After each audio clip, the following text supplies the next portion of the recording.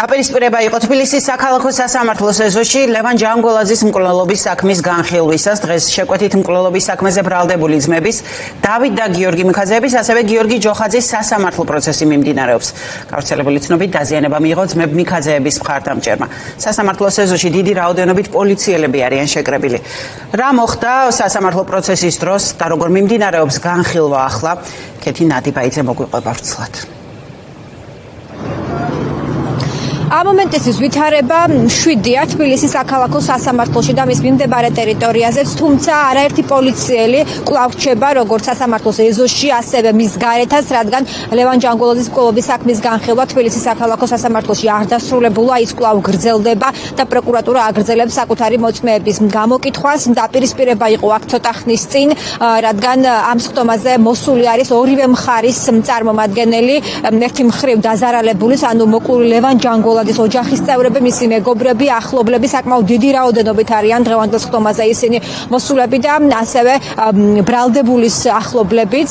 დღეს ბრალდებულის სკამზე საზოგადოება მისის რომ ზის მხოლოდ გიორგი მიქაძე, რადგან მისი ძმა დავით მიქაძე და ასევე გიორგი ჯოხაძე არიან ძებნილები, ისინი საქართველოში არ იმყოფებიან.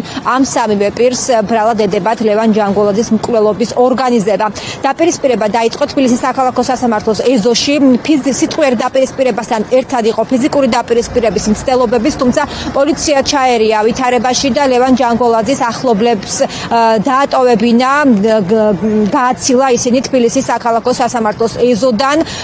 ისინი მათი უმრავლესობა სახეს ფარავდა, მათ ეკეთათ სამედიცინო პირბადეები, როდესაც პოლიცია მას საქალაქო სასამართლოს ეზოდან მიაცილებდა და გარკვეულწილად აგრესიული ქცევით გამოირჩეოდნენ, ამიტომ ჩვენ ვერ შევძელით მათთან გასაუბრება, თუმცა შეგეძლიათ ნახოთ ახლა ვიდეო კადრები თუ რა ხდებოდა სულ ცოტა ხნის წინ სასამართლოს ეზოში.